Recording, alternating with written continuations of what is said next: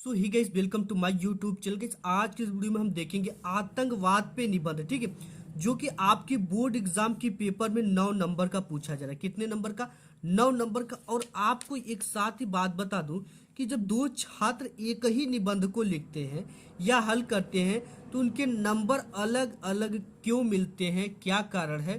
क्या फर्स्ट वाला छात्र क्या करता है कि उसको पूरा का पूरा 9 मार्क्स 9 में 9 मिलता है, लेकिन एक साधारण छात्र जो है लिखता है तो उसे केवल 9 में 4 से 4.5 नंबर क्यों मिलता है?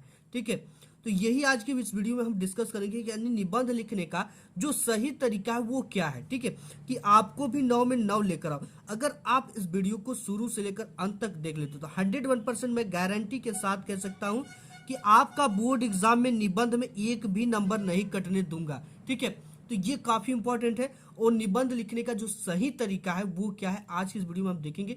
तो आपको पूरा पूरा 9 नंबर लाने के लिए कुछ भी नहीं करना। सबसे पहले वीडियो को लाइक करके चैनल को सब्सक्राइब करके बेल आइकन के आल पे प्रेस कर देना, जिससे आने वाली वीडियो की सभी नोटिफिकेशन आपको सबसे पहले मिले। ठीक है, तो ये है बोर्ड का पेपर आपका।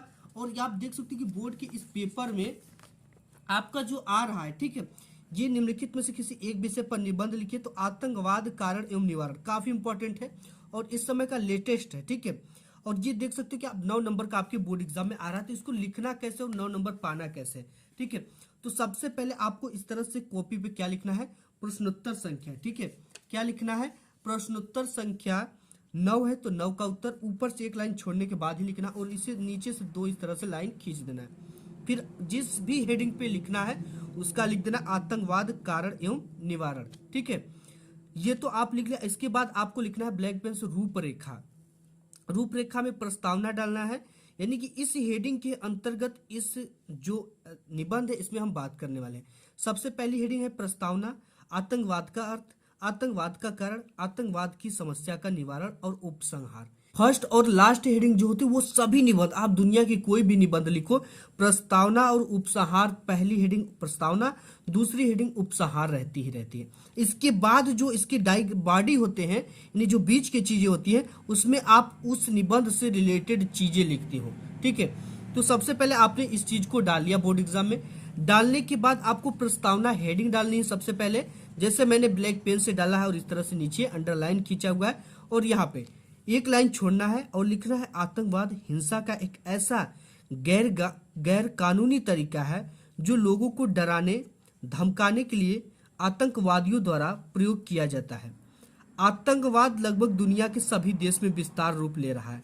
ठीक है, इससे कोई भी देश अछूता नहीं है। हर एक देश में आतंकवादी है और हर एक देश जो है आतंकवाद से ग्रस्त है, ले रहा है। हमारा भारत देश भी कई सालों से आतंकवाद से जूझ रहा है, लड़ रहा है। ठीक है, नेक्स्ट हेडिंग आपको प्रस्तावना के बाद क्या डालना है? आतंकवाद का अर्थ क्या है? भाई इस टॉपिक पे हम निबंध लिख रहे हैं तो इसका अर्थ भी मुझे मालूम होना चाहिए। ठीक है, तो नेक्स्ट आपकी जो हेडिंग है आपकी वो है क्या है? आतंकवाद का अर्थ। तो हमें ऊपर डालना है क्या? आतंकवाद का अर्थ कुछ लोगों के समूह के समूहों द्वारा, ठीक है, जैसे कोई भी समूह हो गया, उनके समूहों के द्वारा अन्यायपूर्ण और हिंसात्मक गतिविधियों को अंजाम देने की प्रक्रिया को ही आतंकवाद कहते हैं। ठीक है, और जो लोग आतंकवाद फैलाते हैं या आतंकवाद का साथ देते हैं उन्हें आतंकवादी कहते हैं। अब देखो निबंध लिखते समय ना जहाँ पे कोई ऐसी गोल्डन टॉपिक है, जहाँ पे कोई महत्वपूर्ण टॉपिक है या कोई कहावत लिख रहे हो आप या कोई कोटेशन लिख रहे हो, तो उसे सदैव ब्लैक पेन से लिखने के बाद आप हाईलाइटर का यूज कर सकते हो। ठीक है, तो आप इस पे चाहो तो इस तरह के हाईलाइटर लेकर इसे हाईलाइट कर सकते हो। ये सब चीजें कॉपी की सुंदरता को बढ़ाती है। ठीक है, इसके बाद आतंकवाद का अर्थ के बाद हम देखेंगे आतंकवाद का कारण क्या है। देखो आज हमारे देश में या जो भी देश हो जहां तेजी से बढ़ती जनसंख्या, गरीबी, बेरोजगारी, भूखमरी आदि के कारण ही लोग इनसे परेशान होकर आतंक का रास्ता अपना लेते। ठीक है, जैसे कोई भी होता है काफी पढ़ भी लिख लेता है, लोग पढ़े लिखे लोग भी आतंकवाद होते हैं। ठीक है, काफी पढ़ लिख लिए, उनको कोई नौकरी नहीं मिला, कुछ भी नहीं मिला, परिवार को जिलाने के लिए, खिलाने के लिए, गरीबी को दूर करने के लिए, बेरोजगारी की पूर्ति करने के लिए वो आतंकवाद का सहारा ले लेते हैं। आतंकवादी जो लोग होते हैं उनका ब्रेन वॉश करके अपने रम में रमा लेते हैं। ठीक है, उनको अपने देश के प्रति कोई चिंता नहीं होती है। तो देखो तेजी से बढ़ती जनसंख्या, गरीबी, बेरोजगारी, भूखमरी आदि के कारण ही लोग इनसे परेशान होकर आतंक का सहारा अपना लेते हैं। प्रत्येक राष्ट्र एक दूसरे के प्रगति पथ पर भी गतिरोधक उत्पन्न करना चाहता है। ठीक है, देखो दूसरे राष्ट्र भी क्या करते हैं कि एक राष्ट्र को, ठीक है, एक राष्ट्र को, बगल वाले राष्ट्र को, जो पड़ोसी उनके देश है, उसको क्या करेंगे, उसके तावे को गर्म करते हैं। ठीक, उसको चढ़ाएंगे बढ़ाएंगे, यार उस पर आक्रमण करो, अपनी जमीन ले लो, ये कर लो वो कर लो, तो वो करेगा। ठीक है, लेकिन उसके लिए उसको क्या चाहिए, हथियार चाहिए, बारूद चाहिए, गोले चाहिए, तोपे चाहिए, बंदूकें चाहिए। तो वो क्या करेगा, जो देश उसको चढ़ाता बढ़ाता है उसी से वो खरीदता है। तो ये भी उसका क्या हो गया, एक पैसे की कमाई हो जाती है। ठीक है, ये हो गया आतंकवाद का कारण। नेक्स्ट हेडिंग नेक्स्ट हेडिंग है कि आतंकवाद की समस्या। ठीक है, समस्या का निवारण हम कैसे कर सकते हैं। देखो भारत सरकार भी आतंकवादियों से लड़ने के लिए कई सारे के नियम कानून और कई कड़े कानून ला रही है। ठीक है, भारत सरकार ने आतंकवादी गतिविधियों को बड़ी गंभीरता से लिया है। भारत की संसद ने आतंकवाद विरोधी विधेयक भी पारित कर दिया है। ठीक है, इसके अंतर्गत आतंकवादी गतिविधियों में लिप्त रहने वाले व्यक्तियों को कठोर दंड देना भी जरूरी है।